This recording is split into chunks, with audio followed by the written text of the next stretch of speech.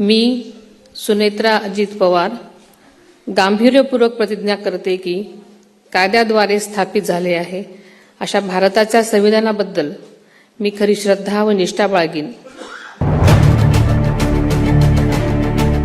आज महाराष्ट्र की सियासत में एक ऐतिहासिक पल दर्ज हुआ है। राज्य में पहली बार कोई महिला उप मुख्यमंत्री के पद पर कदम रख रही। इसके साथ ही महाराष्ट्र के दशकों पुराने रिकॉर्ड को भी तोड़ा गया।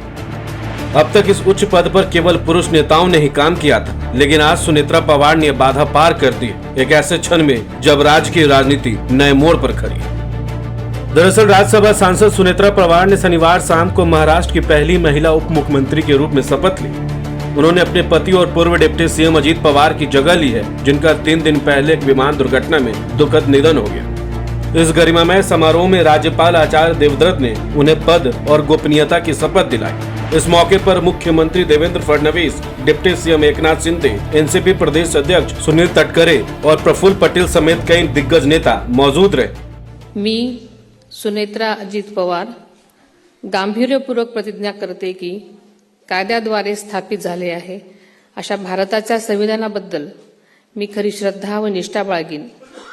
मी भारताची सार्वभौमता व एकात्मता उन्नत राखीन। मी महाराष्ट्र राज्याची उपमुख्यमंत्री म्हणून माझी कामे निष्ठापूर्वक व सद्विवेक बुद्धीने पार पाडेन।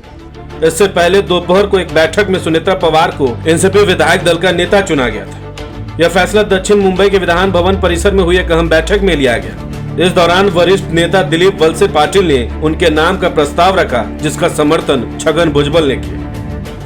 दरअसल अजीत पवार के आकस्मिक निधन के 3 दिन बाद उनकी पत्नी सुनेत्रा के कंधों पर बड़ी जिम्मेदारी आन पड़ी। विधान भवन के उसी ऑफिस में यह बैठक हुई जहां कभी अजीत पवार बैठा करते थे। बैठक की शुरुआत में सुनेत्रा पवार ने अपने दिवंगत पति की तस्वीर पर पुष्पांजलि अर्पित की। इस मौके पर उनके छोटे बेटे जय पवार भी मौजूद रहे। बैठक का माहौल काफी गमगीन था और कई मंत्री और विधायक अपने आंसू तक नहीं रोक पाए। अजीत पवार के पीछे मजबूत स्तंभ की तरह खड़ी नजर आने वाली सुनेत्रा पवार अब शासन की कमान संभालने के लिए तैयार है। महाराष्ट्र के राजनीतिक घटनाक्रम ने उन्हें सत्ता के केंद्र में लाकर खड़ा कर दिया। आपको बता दें कि सुनेत्रा पवार ने न केवल राजनीतिक परिवार की बहू के रूप में पहचान बनाई, बल्कि सामाजिक कार्यकर्ता और उद्यमी के तौर पर भी अलग राह चुनी। राजनीति में आने से पहले ही सुनेत्रा पवार ने अपनी शैक्षणिक योग्यता और प्रशासनिक सूझबूझ का परिचय दिया था।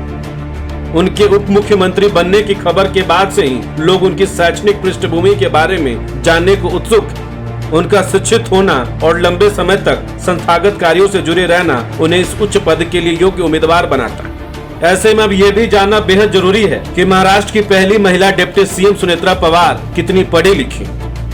दरअसल महाराष्ट्र की राजनीति में पवार परिवार का नाम जितना बड़ा है, उतना ही प्रेरणादायक कहानी सुनेत्रा पवार का भी है। 10 अक्टूबर 1963 को महाराष्ट्र के धाराशिव जिले के ऐतिहासिक तेर गांव में जन्मी सुनेत्रा पवार का पालन पोषण ऐसे परिवार में हुआ जहां देश प्रेम और समाज सेवा रगों में दौड़ती थी। उनके पिता सम्मानित स्वतंत्रता सेनानी थे, जिन्होंने न केवल देश की आजादी के लिए संघर्ष किया, बल्कि गांव के प्रभावशाली व्यक्तित्व के रूप में किसानी और समाज के उत्थान के लिए जीवन भी समर्पित कर दिया। सुनेत्रा पवार ने अपनी प्रारंभिक उच्च शिक्षा औरंगाबाद से पूरी की।